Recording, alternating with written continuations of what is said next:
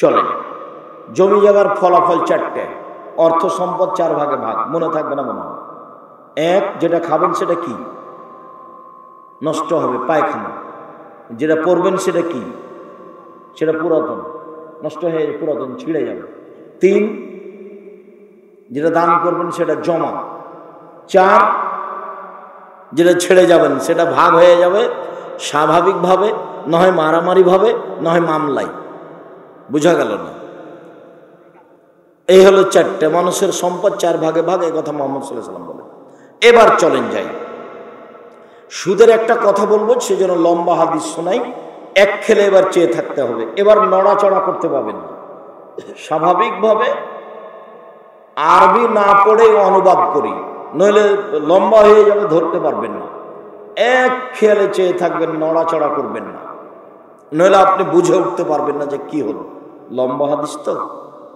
সামরা ইবনে জুনদুব বলছেন, আল্লাহর নবী ফজরের সালাত আদায় করে আমাদের মুখামুখি বসতেন, জিজ্ঞাসা করতেন, তোমরা রাতে স্বপ্নে কিছু দেখেছো? তা আমরা দেখলে বলতাম, তখন আল্লাহ রাসূল বলতেন, হ্যাঁ তোমার স্বপ্নের তাবির এই, তোমার স্বপ্নের তাবির এই, তোমার স্বপ্নের তাবির এই, এভাবে বলে দিতেন। তো একদিন সকালে বলছেন, তোমরা কি স্বপ্নে কিছু দেখেছো? আমরা বললাম, জি না, আমরা স্বপ্নে রাতে কিছু দেখিনি। তখন আল্লাহ রাসূল বললেন, শোনো, আমি স্বপ্নে দেখেছি যে 2 জন ফেরেশতা আমার কাছে আসলেন। এই ছেলে, বসো, কাজ দেখাচ্ছ আমাকে? তো আল্লাহ নবী নিজে বলছেন যে আমি স্বপ্নে দেখলাম যে 2 জন মানুষ আমার কাছে আসলো, এসে আমার 2 হাত ধরলো, ধরে নিয়ে চলে যাচ্ছে। তো দেখি এক জায়গাতে একটা লোক বসে আছে, আর একটা দাঁড়িয়ে আছে। যে লোকটা দাঁড়িয়ে আছে তার হাতে একটা বাঁকা লোহার লাঠি রয়েছে, মুখের ডান দিক দিয়ে ঢোকিয়ে চিরে পিছন দিকে নিয়ে যাচ্ছে, আবার খুলে বাম দিকে লাগাচ্ছে, চিরে পিছন দিকে নিয়ে যাচ্ছে। তো আমি অবাক হয়ে গেলাম। তা আমি বললাম, এটা কে? তখন তারা 2 জন বললেন, চলতে থাকেন। তা আমি কিছু না বলে চলতে থাকলাম। একটু আগে এসে দেখি একটা লোক চিত হয়ে শুয়ে আছে, আর পাশে একটা লোক, তার হাতে পাথর আছে, মেরে তার মাথাকে ভেঙে চৌচির করে দিচ্ছে। তো পাথরটা মারতেই মাথাটা ভেঙে যাচ্ছে, পাথরটা দূরে চলে যাচ্ছে, আবার নিয়ে এসে মারছে। আমি বললাম, এ কি? তারা 2 জন বললেন, চলতে থাকে। আমারই আর কিছু না বলে চলতে থাকলাম। হঠাৎ দেখি একটা গর্ত, চুলহার মতো, ওপরের দিক সংকীর্ণ, নিচের প্রশস্ত, তাতে আগুন জ্বলছে, যে উপরে উঠে যাচ্ছে, আবার নিচে নামছে। দেখি তাতে উলঙ্গ অবস্থায় পুরুষ আর নারী জ্বলছে, এভাবে জমা ধরে আছে পুরুষ নারী। তা আমি তো অবাক হয়ে গেলাম, ইন্না লিল্লাহি ওয়া ইন্না ইলাইহি রাজিউন। এ কি কথা? পুরুষ নারী একসাথে জ্বলছে, আগুনে জমা হয়ে আছে, পরনে কাপড় নাই, উলঙ্গ অবস্থায় আছে। তা আমি বললাম, এ কি? তারা 2 জন বললেন, চলতে থাকেন, এখন কথা হবে না। চলতে চলতে চলে আসলাম একটা নদীতে। দেখি নদীতে রক্ত, পানি নেই। একটা লোক নদীর পাশে দাঁড়িয়ে আছে, ওর হাতে একটা পাথর আছে। একটা লোক রক্তের নদীর মাঝামাঝিতে আছে, পাশ থেকে মুখের উপরে মেরে তার মুখটা ভেঙে দিচ্ছে এবং রক্তের নদীর মাঝামাঝিতে করে দিচ্ছে। তা বললাম, এ কি? তারা 2 জন বললেন, চলতে থাকেন। চলতে থাকলাম, আস্তে আস্তে একটা বড় বাগানে চলে আসলাম, সবুজ বাগান। দেখি একটা বড় গাছ, অনেক বড় গাছ, গাছের পাশে একটা বৃদ্ধ মানুষ বসে আছে। দেখি তার সামনে কতগুলো ছোট ছোট বাচ্চা। পাশে দেখি একটা লোক দূরে দাঁড়িয়ে আছে, তার হাতে একটা লোহার লাঠি আছে, এইভাবে আগুনকে উত্তেজিত করছে, লোহার লাঠি দিয়ে আগুনকে উত্তেজিত করছে। তো তারা 2 জন আমাকে একটা ওই গাছের উপরে নিয়ে চলে গেল, একটা ঘরে ঢুকে গেল, গাছের উপরে ঘর। আমার জীবনে এত সুন্দর ঘর আমি কোনোদিন দেখিনি। দেখি ঘরের ভিতরে যুবক আছে, মহিলা আছে, পুরুষ আছে, বৃদ্ধ মানুষ আছে। তারা 2 জন আমাকে বের করে নিল, উপরে আর একটা ঘরে ঢুকলো। আল্লাহুস সামাদ, পরের ঘরটা আরো সুন্দর। দেখি সেখানে যুবক আছে আর বৃদ্ধ মানুষ আছে। তা আমি বললাম, এই শোনো, এতক্ষণ যাবৎ কি দেখলাম একটু বলে দাও, কি দেখলাম? তারা 2 জন বললেন, হ্যাঁ সব বলে দেবো। শোনেন, ওই যে প্রথমে দেখলেন যার মুখকে লোহার লাঠি দিয়ে চিরে ফেলা হচ্ছে, ও মিথ্যে কথা বলতো, ইফল বিহিল ইয়াউমিল কিয়ামা, ওর সাথে এইভাবেই শাস্তি হবে মরা বিচার পর্যন্ত, জাহান্নাম জান্নাত হওয়া পর্যন্ত। জীবনে কোনোদিন মিথ্যা কথা বলবেন না, শুলি হোক ফাঁসি হোক, যা হবে হবে, মিথ্যা বলবেন। আল্লাহ নবী বলছেন, কেউ যদি মজাক করে না হলেও মিথ্যা না বলে, আমি মোহাম্মদ তাকে জান্নাতে একটা ঘর নিয়ে দিব। মজাক করে মিথ্যা বললো না, এই আমার কলমটা করে আহমদ আমার কলমটা কই? না আমি কলম দেখিনি তো। আরে কলমটা যে কে নিল? 5 মিনিট পরে বলছে আমি আসলে তোকে একটু করছিলাম, খেপাচ্ছিলাম, দেখি তুই কী করিস। আমি নিয়েছিলাম। এটার নাম হলো মিথ্যে করে ওকে একটু কষ্ট দিবে, সেই জন্য। তা আল্লাহ নবী বলছেন কেউ যদি মিথ্যে করেও মজাক করেও মিথ্যে না বলে, আল্লাহ নবী তার জন্য একটা জান্নাতে ঘর নিয়ে দিবেন। এ কথা আমি বলিনি, এ কথা মুহাম্মদ সাল্লাল্লাহু আলাইহি ওয়াসাল্লাম বলেছেন। 2, ওই যে দেখলেন একটা লোক চিত হয়ে আছে, পাথর দিয়ে তার মাথা ভেঙে দিচ্ছে, ওই যে মাওলানা মানুষ। ওকে মাওলানা মানুষ, মাওলানাদের সম্মান করতে হবে, এ কথাই ঠিক। কিন্তু মাওলানা সাহেব যে বিপদে, এ কথাও ঠিক। জাহান্নাম উদ্বোধন হবে কাকে দিয়ে তা কি জানেন? মাওলানা দিয়ে। মাওলানা সাহেবকে সম্মান করতে হবে, এ কথাই ঠিক। তবে মাওলানা সাহেব বিপদে, এ কথাও ঠিক। আল্লাহ নবী বলছেন জিবরাইল আমাকে একবার উপরে নিয়ে গেল আকাশে, দেখি অনেক মানুষ ওদের ঠোঁট এবং জিহ্বাকে আগুনের কেঁচি দিয়ে কেটে দেওয়া হচ্ছে। তা আমি জিবরাইলকে বললাম, জিবরাইল ইন্না লিল্লাহ, এ কি কথা? এরা কারা যাদের জিহ্বার ঠোঁট কেটে দেওয়া হচ্ছে? তো জিবরাইল বললেন হাওলায়ে খুতবাউল উম্মতে, এরা আপনার উম্মতের বক্তা, যারা বক্তৃতা করে বেড়াতো। বক্তৃতা আল্লাহ নবী করতে বলছেন, এরকম হয়ে গেল যে এখনো বক্তব্য দিচ্ছে, বলছে যে ফাজাইলে আমলে আছে, 1 ওয়াক্ত নামাজ কাজা করলে 80 হোক বা জাহান্নামে থাকতে হবে, হাদিসে আছে। যদি না থাকে তখন কি হবে? তখন বিপদ নয়? খুব বিপদ, খুব কঠিন ব্যাপার। আমরা একটা বই পড়েছিলাম, তো ওই বইয়ের একটা হেডলাইন আছে যে অবিবাহিত ছেলে মেয়ের পড়া নিষেধ। তো যে দেখে সেই পড়ে, খালি যে দেখে সেই পড়ে, যে দেখে সেই পড়ে। কি রে, অবিবাহিত ছেলে মেয়েকে পড়তে নিষেধ করেছে কেন? তো সেখানে লেখা আছে যে ভরা পেটে স্ত্রী মিলন হলে ছেলে টেরা হয়, শিক্ষা সফরের পূর্বে স্ত্রী মিলন হলে ছেলে কানা হয়, চন্দ্র সূর্য গ্রহণে স্ত্রী মিলন হলে ছেলে ল্যাংড়া হয়। একবারে নগদ মিথ্যা কথা, একবারে নগদ ডাহা মিথ্যা, যাকে বাংলাতে কি বলবে? ডাহা মিথ্যা। আমি কিয়ামত পর্যন্ত সময় দিয়েছি এর প্রমাণের জন্য, হবে না। তো যার মাথা ভেঙে দেওয়া হচ্ছিল উনি কে? মাওলানা মানুষ। এবার চলেন, উলঙ্গ অবস্থায় নারী পুরুষ জমা ধরে আছে, ধাঁধা ধাঁধা করে উপরে যাচ্ছে, নিচে চলে আসছে, এরা হচ্ছে ব্যভিচার। ব্যভিচার খুব খারাপ অবস্থা।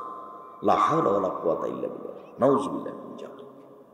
পুরুষ নারী আগুনে জ্বলছে, কিন্তু কিভাবে জমা ধরে আছে? একসাথে জমা ধরে আছে, পরনে কাপড় নেই, আগুনে জ্বলছে, উপরে যাচ্ছে, নিচে আসছে। তারপরে যে আপনি রক্তের নদীতে একটা লোককে দিলেন, এ হলো সুদখোর। এই বাক্যটা সুদের আলোচনার সাথে সম্পৃক্ত। বুঝা গেল না? যে লোকটা রক্তের নদীতে পড়ে আছে ও কে? সুদখোর। ওকে মারা হচ্ছে। যে সুদ খাবে সে কোথায় থাকবে? রক্তের নদীতে। পাশ থেকে ফেরেশতা তার মেরে মুখ ভেঙে দেবে একবার। এটা হলো বুখারী মুসলিমের হাদিস। 24 ঘন্টার মধ্যে সুদের লেনদেন বন্ধ করতে হবে। যারা আমার সামনে আছেন তাদেরকে বলছি, যারা অনলাইনে আমার সাথে আছেন সারা পৃথিবীর যে কোনো প্রান্ত থেকে, এবং যারা আমার এই বক্তব্য শুনবেন তাদেরকে অনুরোধ জানাচ্ছি, 24 ঘন্টার মধ্যে সুদ থেকে ফিরে আসতে হবে। যত কিস্তি লেনদেন আছে সব বন্ধ করতে হবে। বউ কথা না শুনলে বউ হুস্তিনি, তাকে তালাক দিতে হবে, এ কথাই ঠিক। তবে তালাক দিতে আমি আদেশ করিনি, এটা আমার পরামর্শ, এটা আমার পরামর্শ। এ বউ নিয়ে চলে কি হবে? কেন কিস্তিতে নাম দিবে? কেন? ভিক্ষা করে খাবো। উপার্জনের প্রথম পথ হলো জমিদারি। আমার বাপের জমি আছে 100 বিঘা 200 বিঘা জয়পুরহাট জেলায়, চাষাবাদ করে খাবো। লিজ দিব, লিজ, লিজ যায়, লিজ বুঝেন তো? হ্যাঁ, পত্তন মানে টাকাও শেষ, জমিও শেষ। 1 বছরের জন্য এই জমি 20,000 টাকা, টাকা নিয়ে আপনি 1 বছর পাস, জমি আপনার। আবার এনে হলো লিজ। দেন, বাপের জমিদারি আছে, জমিদারি করে খান, সমস্যা নেই। নাহলে ব্যবসা করে খান, সমস্যা নেই। নাহলে দিন মজুরি করে খান, সমস্যা নেই। বলেন তো উপার্জনের শেষ পথ কি? ভিক্ষা। ভিক্ষা করে খেতে রাজি আছি, কিস্তি তুলে বাঁচতে রাজি নয়। কিস্তির টাকা উঠে বাঁচতে রাজি নই, ওই পথে বাঁচবো না। মরতে যেহেতু এসেছি, বাঁচতে আসেনি, কাজে ওই পথ দিয়ে বাঁচতে রাজি নই। মরতে আসেনি, মরা তো লাগবে একদিন। তো যে কয়েকদিন বেঁচে আছি সেই কয়েকদিন ভুল পথে বাঁচতে রাজি নই। 24 ঘন্টার মধ্যে কিস্তি বন্ধ করতে হবে, সুদের লেন বন্ধ করতে হবে। ব্যাংকে টাকা রেখে দিয়েছে 20 লক্ষ, প্রতি মাসে আছে 10,000। কত সুবিধাজনক ব্যবসা রে, কোনোদিন ক্ষতি হয় না, টেনশন নাই, মাস গেলে টাকা। ধর্ম পাগল হয়ে গেছে। ধর্ম রাজশাহীর চাঁপাইনবাবগঞ্জের হাওয়াই লাড্ডু, दोनों हाथ में लड्डू है, जो चाहे इसको खा ले, जो चाहे इसको छोड़ दे। টাকা ছিল রিটায়ার্ডের 30 লাখ ব্যাংকে রেখে দিয়েছে, প্রতি মাসে 20,000, প্রতি মাসে 20,000, প্রতি মাসে 30,000। ধর্ম পাগল হয়ে গেছে। জি না, ওই টাকা দিয়ে ব্যাংকে রেখে সে টাকা উপার্জন করা হারাম। দেখি কোন মায়ের বেটা বৈধতা দিতে পারে? ভুল হিসাব, ভুল হিসাব, সুদ, সুদি। ব্যাংকের সাথে লেনদেন করে আপনি বলবেন আমি বৈধ পথে আছি। কে বলল আপনাকে? যিনি বলেছেন তিনি ভুল পথে আছেন, তাকেই তোবা করে আসতে হবে ফিরে।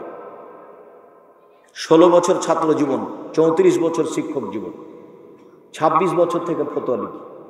জাতির উপকারে আছে, জাতির ক্ষতি করার জন্য। জাতির যদি রাস্তাঘাট করে দিতে না পারি, জাতির যদি স্কুল কলেজ করে দিতে না পারি, জাতিকে চূড়ান্ত সঠিক ধর্ম দিতে পারবো ইনশাল্লাহ। ধর্মের ব্যাপারে ফাঁকি দিয়ে জাতিকে ফাঁকি দিয়ে পরকাল হারাতে রাজি নয়।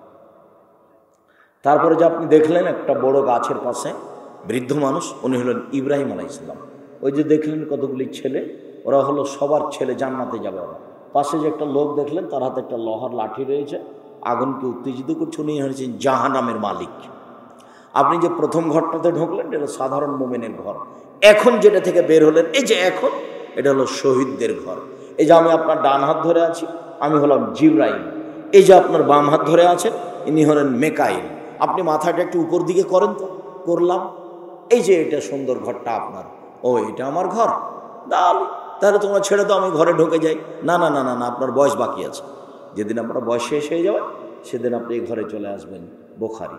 সম্মানিত দিনী ভাই বোন, আপনাকে সুদের আলোচনা শোনানোর জন্য যাতে একটা অংশ আছে, সেটা হলে রক্তের নদীতে পড়ে থাকবে। ঘুষের ব্যাপারে বলেছেন আল্লাহ রাসূল, রাসিয়াল মুরতাসি আল্লাহ আল্লাহ রাসেল মুরতাসিয়া। আল্লাহ অভিশাপ করেছেন যে ঘুষ দেয় যে নেয়, যে ঘুষ দেয় যে নেয়। ঘুষ দেওয়া হারাম, ঘুষ নেওয়া হারাম। ঘুষ দিয়ে কিছু করতে চাইবেন না। আল্লাহ তুমি আমাদের প্রতি সহায় হও, আমরা যেন তোমার রাসূলের পদ্ধতি অনুযায়ী চলতে পারি। আল্লাহ তুমি তৌফিক দান করো। আমার সকল দিনই ভাই বোনকে আজকের আলোচনা গুরুত্ব সহকারে মেনে চলার জন্য অনুরোধ জানিয়ে, যেসব বই পুস্তকগুলি আছে সবটাই মূল্যায়ন করতে হবে, আপনাকেই নিতে হবে। সেটা কেবল লাভবান হোক, ক্ষতিগ্রস্ত হোক, উপদেশ হোক, বা সেইটা আপনার আবদুল্লাহর সিলেবাস বইগুলি হোক, আদর্শ শিক্ষা, উসমানী কায়দা।